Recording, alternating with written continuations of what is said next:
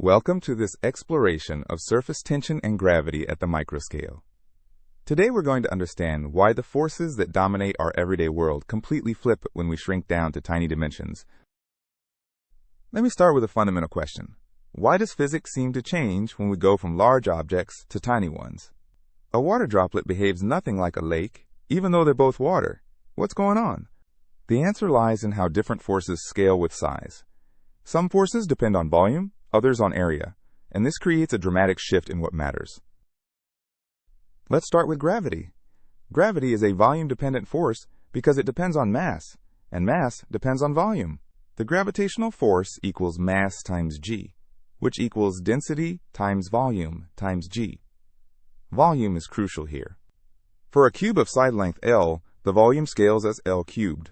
This is critical to understanding scaling. So gravitational force is proportional to L cubed. When you double the size, gravity increases by a factor of 8. Now let's look at surface tension. Surface tension is fundamentally different because it acts along interfaces, which are surfaces. The surface tension force equals gamma, the surface tension coefficient, times the perimeter length where the force acts. For water, gamma is about 0.07 newtons per meter. Surface tension force is proportional to L, the characteristic length. When you double the size, surface tension only doubles. Now here's where it gets interesting. Let's compare how these forces scale. This is the key insight. The ratio of surface tension to gravity equals gamma divided by density times g times L squared. Notice that L is in the denominator with a power of 2. This ratio is inversely proportional to L squared. As objects get smaller, this ratio gets bigger. Surface tension becomes more and more dominant. At the millimeter scale and below, surface tension completely dominates. This is why insects can walk on water, and droplets are spherical. At the meter scale and above, gravity dominates. This is why large bodies of water are flat, not spherical. Let's do a concrete calculation. Consider a water droplet with a radius of 1 millimeter. What are the actual forces? The radius is 1 millimeter, which equals 10 to the negative 3 meters. The gravitational force equals density times volume times g. Water density is 1,000 kilograms per cubic meter, and we use 10 for g to simplify. This gives us approximately 4.2 times 10 to the negative 5 newtons. That's about 0.04 millinewtons. The surface tension force around the equator equals gamma times the circumference, which is 0.07 times 2 pi times 10 to the negative 3. This gives us 4.4 times 10 to the negative 4 newtons. Notice this is 10 times larger than gravity. At the 1 millimeter scale, surface tension is already 10 times stronger than gravity. This is why small droplets are nearly perfect spheres. Now let me ask you a question. What happens if we shrink the droplet to 100 micrometers? How much more dominant does surface tension become?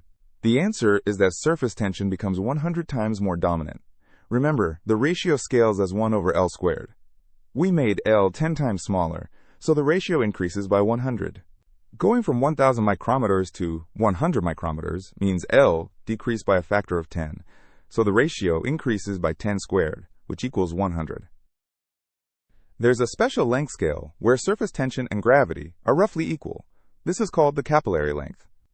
The capillary length equals the square root of gamma divided by density times g. This comes from setting the two forces equal.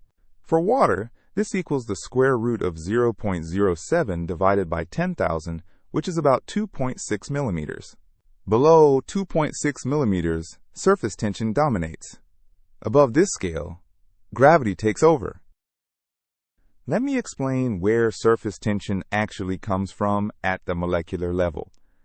This will help you understand why it's so important. Water molecules attract each other through hydrogen bonds. Each molecule wants to be surrounded by as many neighbors as possible. Molecules in the bulk are completely surrounded by neighbors. But molecules at the surface have fewer neighbors. They have unsatisfied bonds, which creates higher energy. Surface tension is literally the energy cost required to create new surface area. It takes energy to pull molecules to the surface where they have fewer neighbors. The surface energy equals gamma times the area.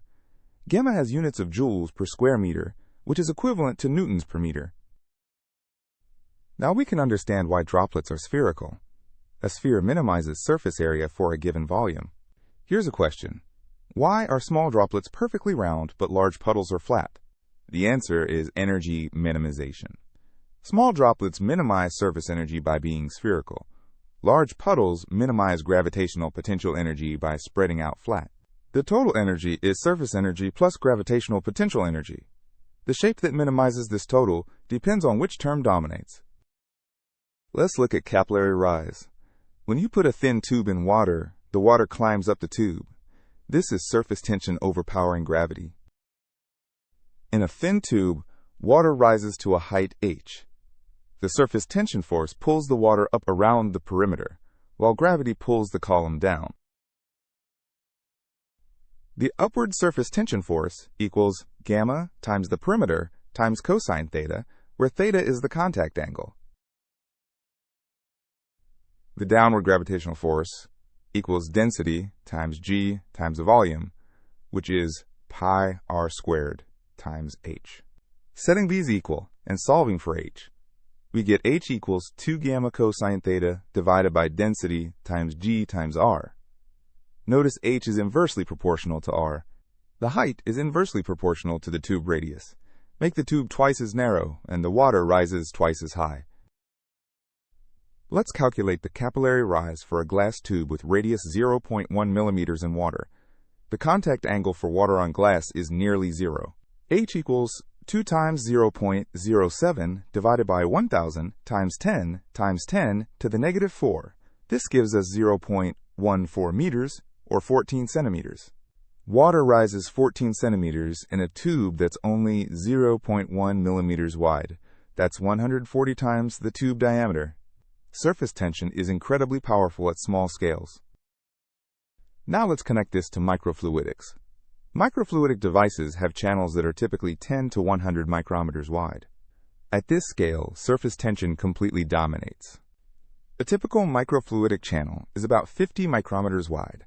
Let's calculate how much surface tension dominates over gravity. The ratio equals 0.07 divided by 1000 times 10 times 50 micrometers squared. This ratio equals 2800. Surface tension is nearly 3,000 times stronger than gravity at this scale. The consequence is that gravity is completely negligible in microfluidics. You can flip the device upside down and nothing changes. Surface tension controls everything. This leads to the first major design rule in microfluidics.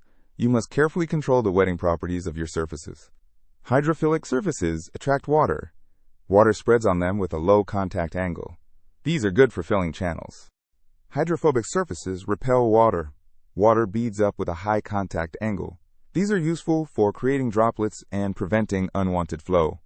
On a hydrophilic surface, the droplet spreads with a small contact angle around 20 degrees. On a hydrophobic surface, it beads up with a large angle around 120 degrees. The second design rule is that meniscus curvature controls pressure. This is the Young-Laplace equation, and it's fundamental to microfluidics. The pressure difference across a curved interface equals gamma times the sum of 1 over r1 plus 1 over r2, where these are the two principal radii of curvature. For a spherical droplet, this simplifies to 2 gamma over r. Smaller droplets have higher internal pressure. Let's calculate the pressure inside a 10 micrometer water droplet.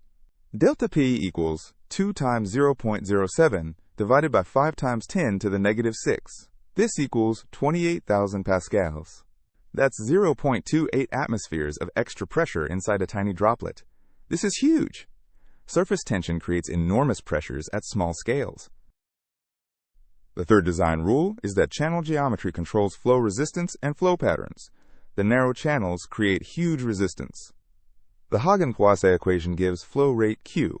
It equals delta P times pi r to the fourth divided by 8 mu L, where mu is viscosity and L is length.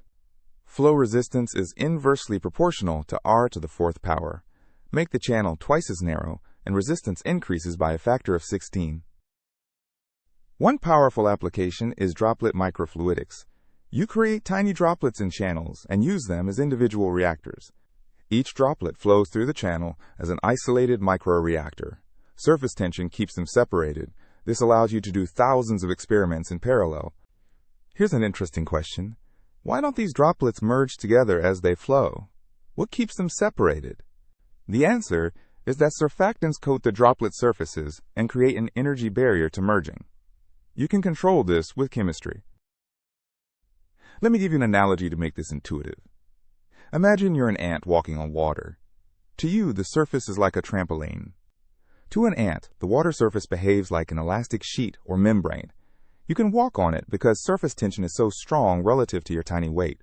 An ant weighs about 1 milligram. Its weight force is about 10 micronewtons. This is tiny compared to surface tension forces. The ant's weight is approximately 10 to the negative 5 newtons. Surface tension around a 1 centimeter contact perimeter is about 7 times 10 to the negative 4 newtons. That's 70 times the ant's weight. Let's do one more practical calculation.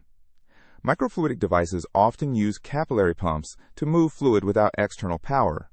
Imagine a hydrophilic channel, 50 micrometers wide, connected to a water reservoir. The water spontaneously flows into the channel. The capillary pressure driving the flow equals 2 gamma cosine theta divided by the channel radius. For water with near zero contact angle, this equals 2 times 0.07 divided by 25 micrometers, giving 5,600 pascals.